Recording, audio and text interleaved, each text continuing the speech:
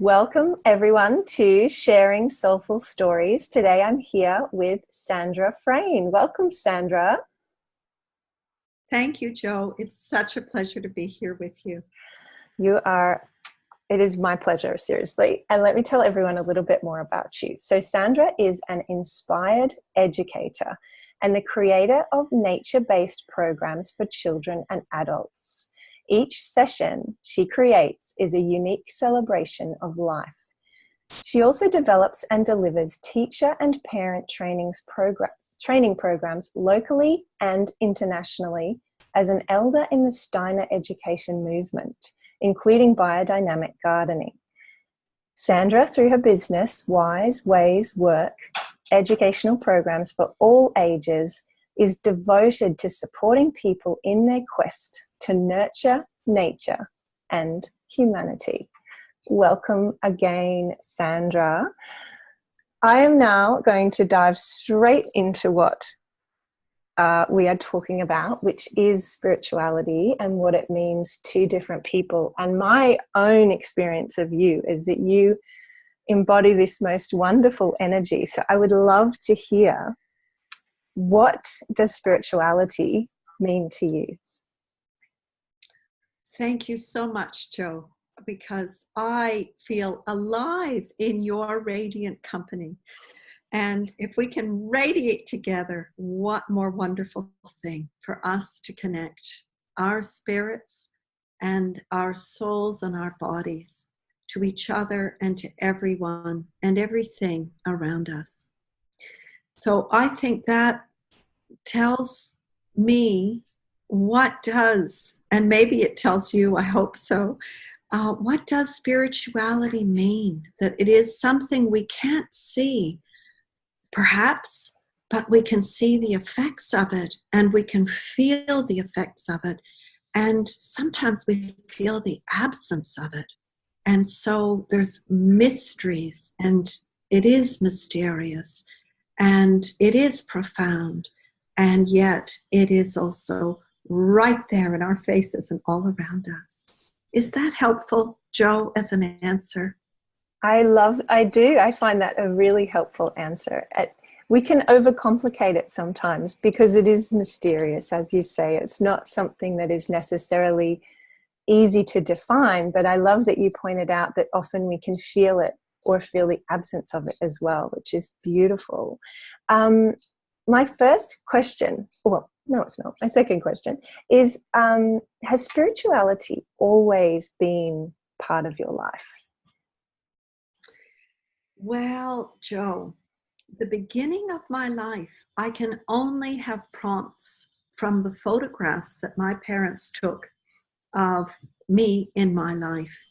And what I see from that is a child who was radiating, who was probing, who was smiling, who was interested, who was social. And so I must have been a part of my very early life. And whatever my parents believed or didn't believe, there was an exuding of an opportunity for me to have an extraordinarily privileged life just through that radiating spirit everywhere. Beautiful.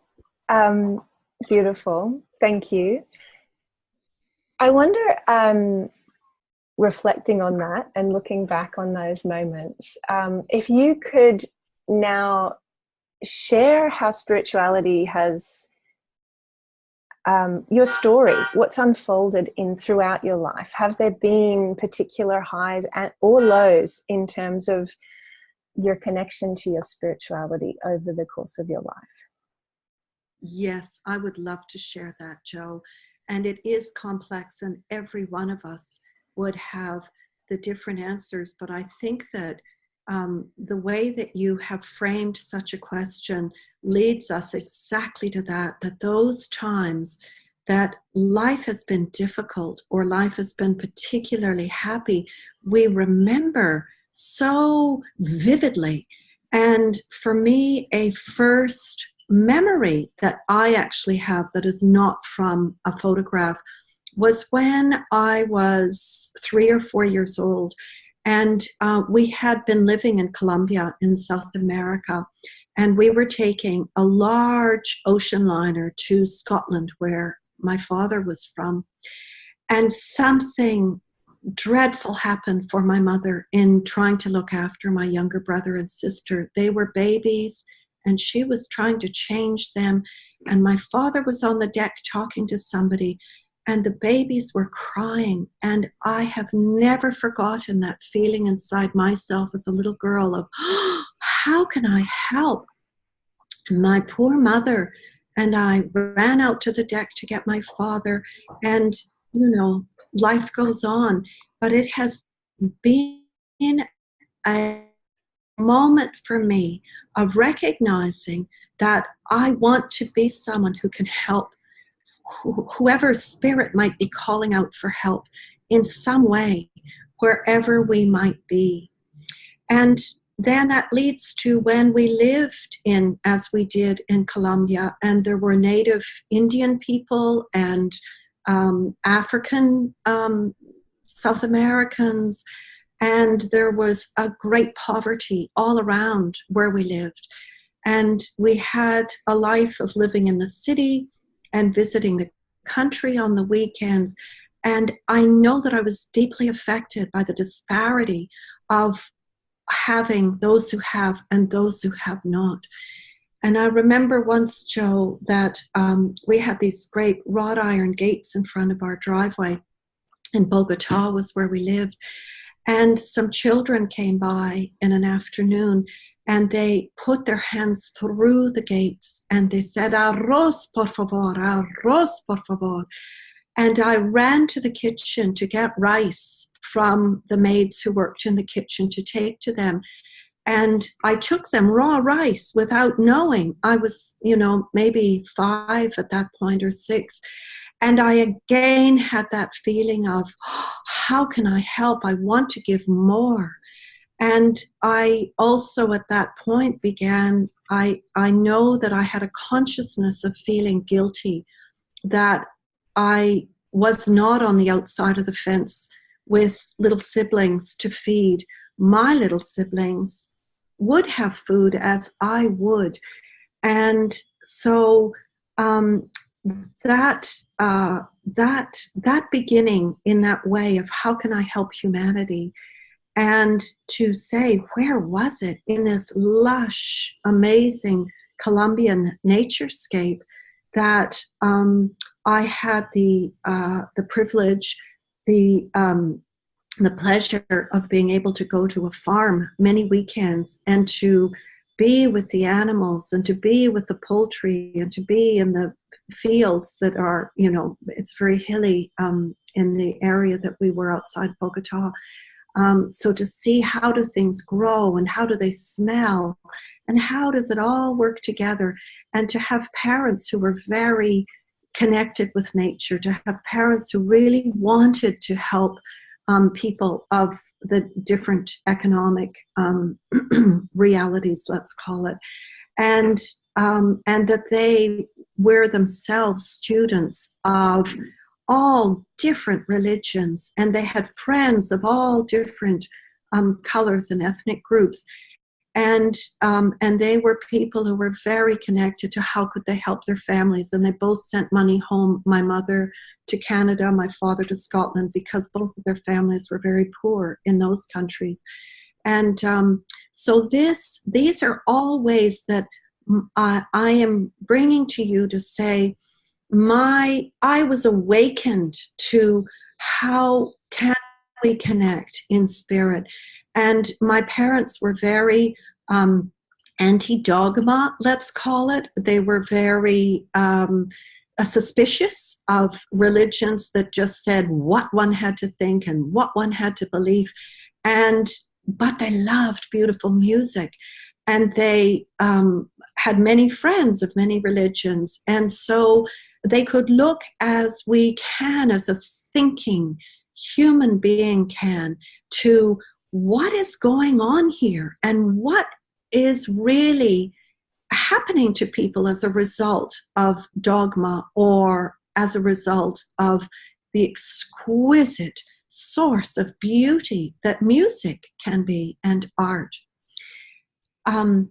Perhaps that's a very long-winded answer to you, Joe, and it sounds as though I could go on and on and on and on and on for a few years, but that's just a little beginning.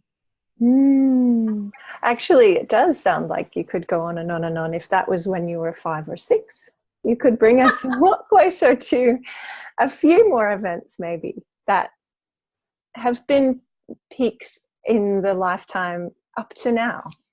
Do you have any that you can think of that bring us closer to where you're at now?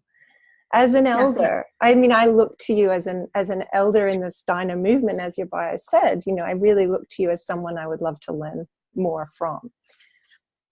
Thank you, Joe. Well, then let's go to, war broke out in Colombia. That was one of the longest running civil wars in the world. And we left Colombia and moved to Canada.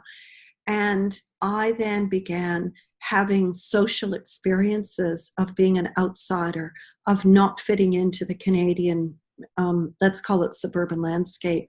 And I had that pain of being odd, of looking odd, perhaps. I mean, yes, white Caucasian, but maybe it was the look on my face that made people think, oh my gosh, is this woman or girl off with the fairies, you know?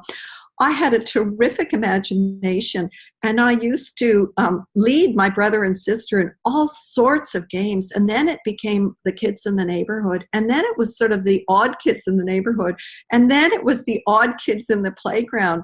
And it's funny when I look back on that, because I hear so many parents now who share, oh, my child isn't fitting in. What can I do? And we go to such great efforts that we want our children to be part of the gang and part of, you know, the cool kids and the ones that are being asked for all the play dates. And our hearts break when we see our children, no matter what their age is, 3 or 6 or 9 or 19, being left out, being made fun of, being bullied or whatever.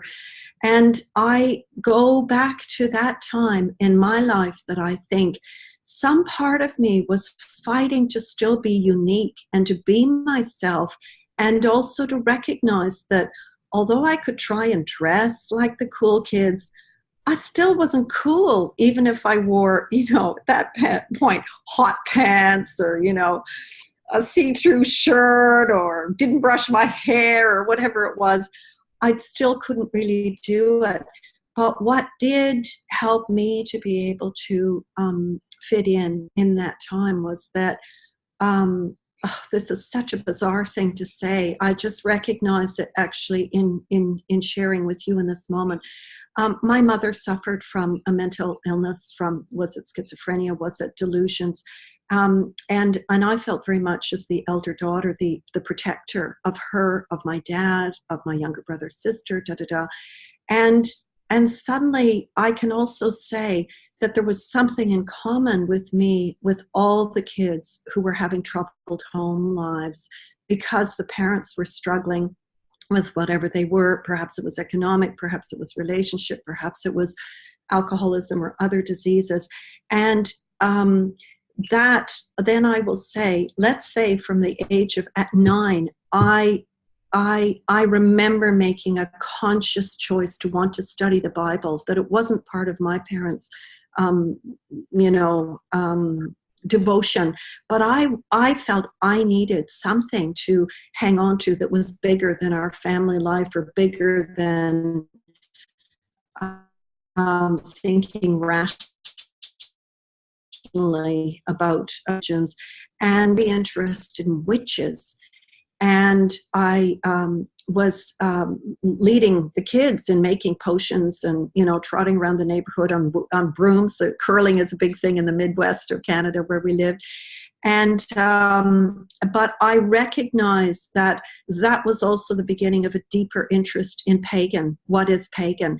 And I could feel then, once I started reading as a young adult, Civil War stuff and stuff to do with the Holocaust and things to do with the Druids and the fairies and the different indigenous groups in the world, I can track now that was a beginning for me, Jo, of wow, there are so many forms of spirituality, and there are so many places that we can receive our education from.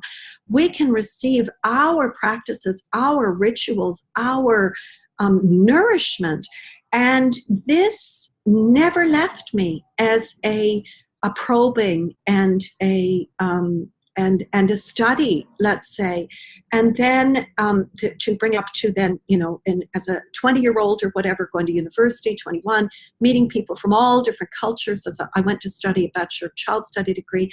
And as I learned also of all the pedagogies, that how are we as children connected all over the world? How do we develop, no matter what our skin, no matter where we learn or grow up, we are connected through the nature of our beings. And it was about this time that I started to learn, as a way of working with children, what is Waldorf education or Steiner education. And because of Rudolf Steiner's commitment to us learning from all different cultures, and that there is a basis of evolution, and that we develop as through the millennia, through the different epochs of time, through the generations, through the different eras, that there is similarity and there are differences that have got a worldwide consciousness, that there is a cosmos that is holding us all, but that is actually the basis of a nourishment, whether we are Aboriginal, South American, Inuit, Eskimo, Laplanders. It doesn't matter. We are all receiving a nourishment from the stars, the planets, that are part of creating us. And that if we look to what are the rhythms of how water moves, and we look at how are those stones and those mountains formed, and we look into a fire deeply, and we look to a pine cone, say, and note that its shape is like a grain, like an egg, and that when we move anything, water in a vortex, or we know what the weather system is of these cyclones and these hurricanes and so on, that there is a form to nature which is part of what creates us, and that there is a spiritual depth to every part of the creation of our bodies and of everything that is on earth.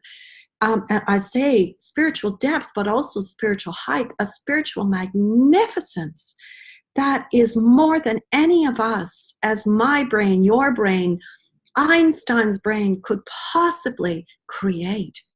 And so in my then becoming a person who creates educational programs for children, for adults, that is the source of my inspiration, how can I share this?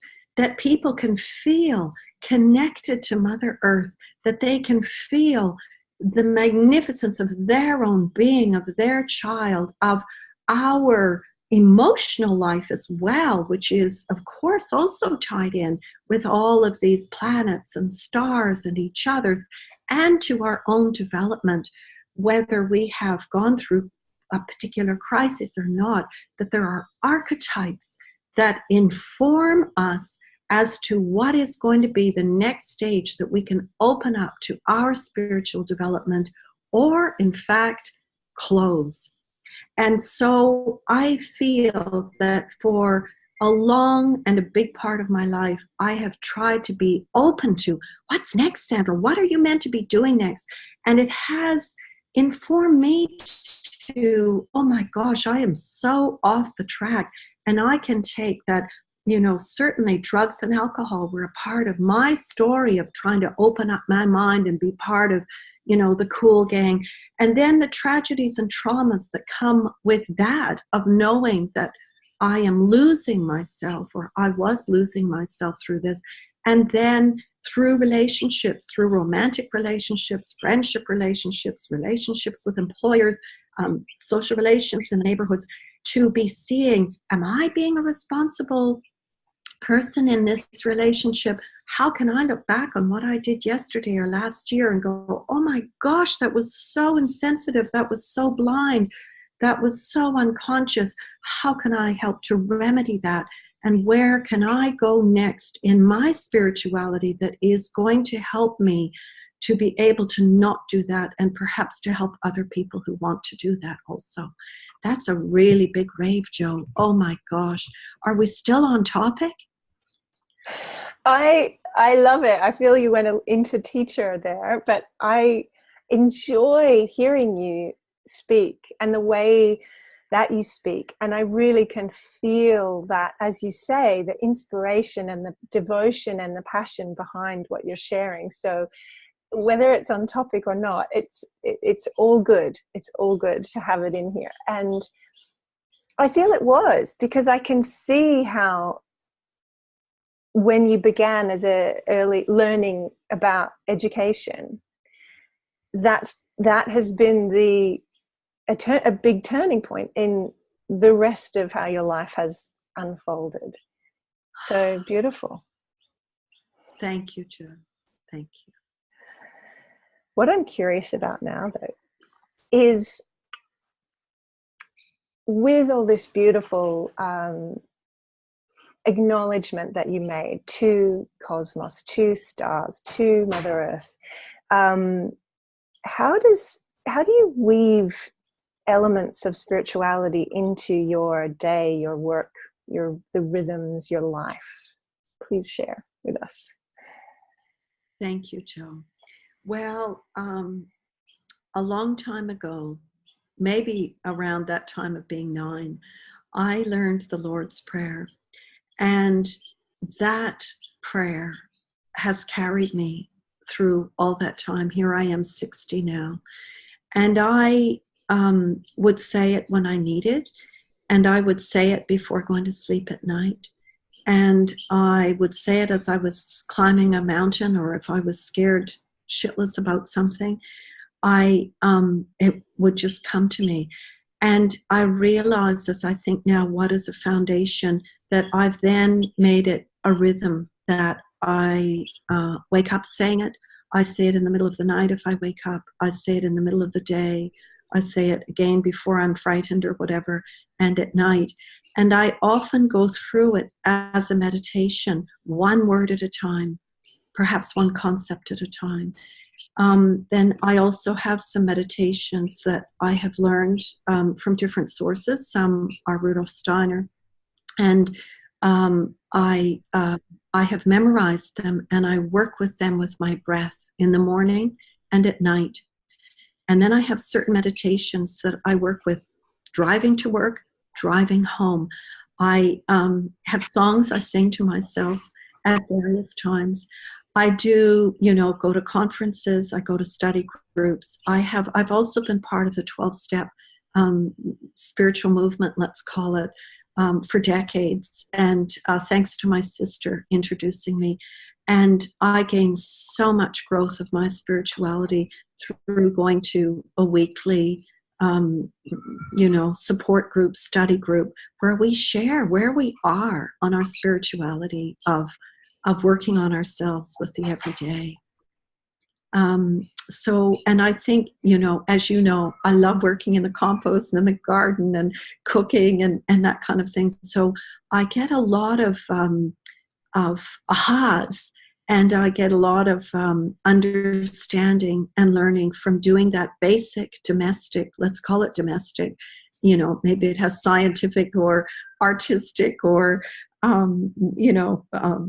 some sort of intellectual thing to it, but it is that alchemy, and also because I work with young children and different ages, I'm often thinking of what song can I sing, and I make up songs, and I feel my connection to the clouds or the sun or the flowers or the children. What are their natures and their spirits that help me to be able to do that too? Am I still on topic? Yes, absolutely. Absolutely. And I feel I want to share, because one of the most magical things about Sandra, I'm going to use the word magic, but that might not be the word you would use. You seem to me like a master of the present moment, like you're immersed in it. And when you're in a classroom with all of these little children around you, or in the garden, wherever it may be, whatever you're teaching, how you stay so present to whatever is in front of you is, I look to you as a teacher, because that is, it's inspirational to watch the way that you do that. It really, really is.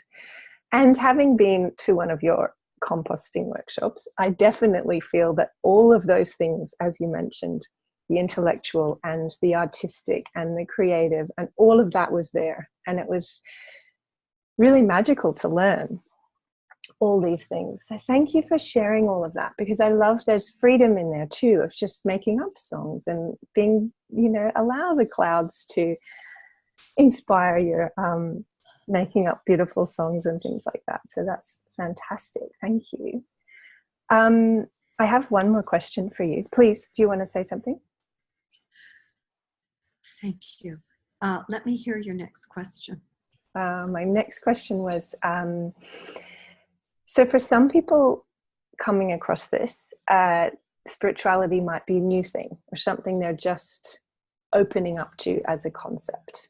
And I wonder whether you have any advice that might be beneficial. Oh, Joe. Well, this would be one of those, oh my gosh, I've got to say this. I have had significant heartbreak in my life. I don't think we get out of this life without having heartbreak the older we get. And I feel that my heart has felt, and my life, so deeply broken, so betrayed, so deceived, so, thrown under the bus, as someone would say. So dismissed, so, as we all might say about our experience through heartbreak of whatever it can be. It doesn't have to be romantic. It can be through having cancer, through having deaths around us, whatever it is. But it is those times that I could say, I referred to earlier, to use the traumas and the tragedies, but really those moments when I felt like I've had to decide to save my own life and what can help me, and to make that metaphor of the treasures at the bottom of the sea to feel so low and so dark and so confused and so helpless and so full of surrender. And to then try to imagine, well, to be grateful for the air that I have to breathe is more than enough. And to be grateful that I am aware that I have a heart to break is more than enough. And to be just grateful for everything in every way, and to be working on the understanding that it's all meant to be whatever it is. I do get angry sometimes with that, all roads are good, everything's good, it's all good. And I think, oh, it's so trite and it's such a platitude. But I actually do believe that all these dreadful things that happen to us in humanity, no matter how the source of the evil or whatever, can be something for us to learn and to grow from and to marvel in and to be grateful for in some way. So, what would the advice be? It is, let's be open-minded, open-eyed, open-hearted to what am I meant to be learning now? And what you've said, that present, how can I self-discipline myself to be in the present and not to be worried about tomorrow, and not to be obsessed about what I didn't do right yesterday. I'll say obsessed because, my gosh, yesterday can just go round and round and round in my head. And I can't move on to today because I'm so feeling badly about yesterday, guilty, or, gosh knows what. Got to get that solved. Why was that? And how did it happen? And how can I possibly be present when that happened yesterday, or so and so is happening tomorrow? So really, what is that? To find that magic, as you said, or that marvelous in every moment, that we can feel we are more than enough. And if we can be prepared, wonderful. And if we can't, to open ourselves to saying, oh, help,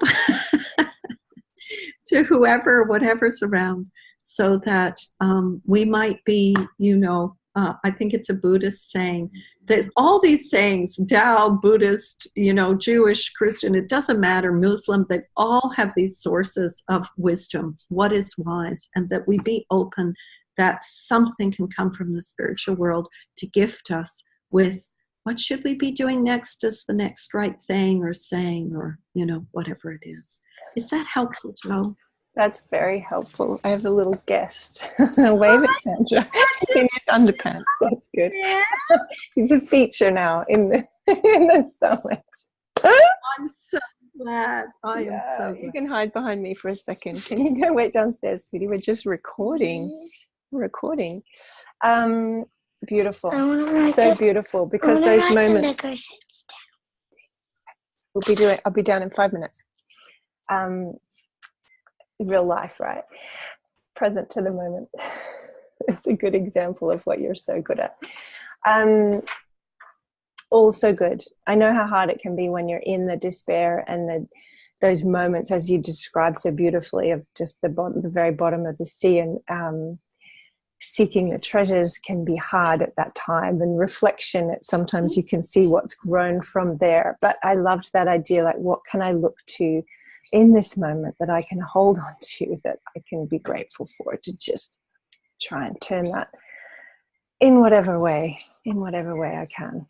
That was beautiful. Thank you so much. So what I'd like to complete with, though, is for anybody that is curious about you and your work and your educational programs, for example, how can they find more out about you? Oh, well, they could email me, or phone me, or look on my webpage.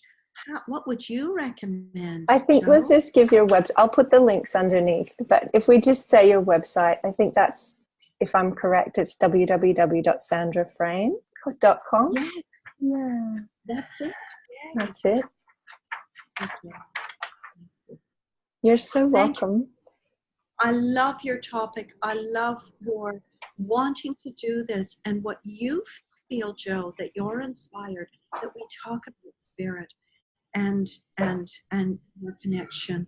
And I think that this is an extraordinary service that you're giving all of us, that you are devoting yourself to this. And I'm so honored to be included in this conversation, Jo. Thank you. Thank you. Oh, thank you. I was so excited when you said yes and that you'd be involved. So I'm so grateful that you are here. And we will end now and continue our gratitude after I turn the recording on. Thank you so much, Sandra. Bye now.